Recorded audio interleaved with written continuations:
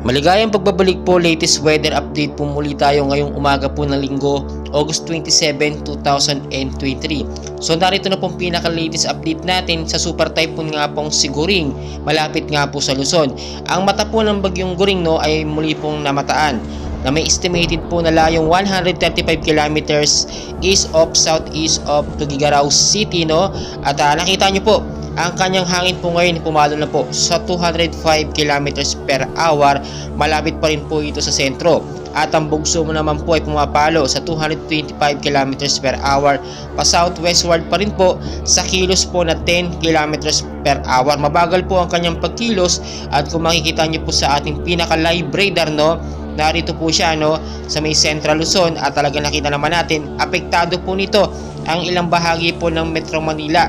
Nakataas na rin po ang ilang storm signal number 1 hanggang storm signal number 3. Though hindi pa po masyadong apektado ang ilang bahagi po o ilang lugar sa Metro Manila, pero inaasahan po natin na magbibigay po ito ng malakas na pag-uulan sa Luzon, Visayas at Mindanao. Inaasahan din po na magtatagal po ito hanggang sa susunod po na linggo dahil kung makikita nyo po yung kanyang direksyon ay hindi pa po ganun kabilis sa 10 kilometers per hour pa lamang na pag-alis niya, pagkilos. At makikita nyo mabuti sa pinaka-radar natin meron pa rin pong isang active low pressure area dito sa bandang Silangan, pero wala po itong direktang tama or epekto sa ating bansang Pilipinas. Titignan po natin yung direksyon nitong si Bagyong Goring o Super Typhoon Goring kung magbabago nga po ba sa paglipas ng ilang mga oras.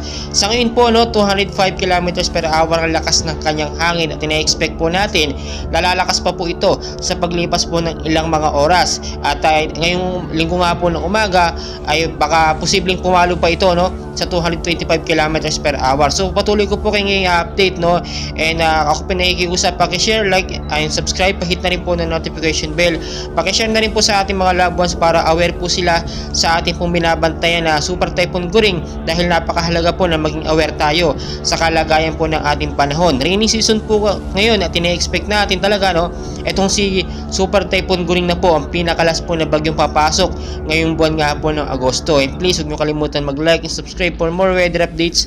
Maraming salamat po.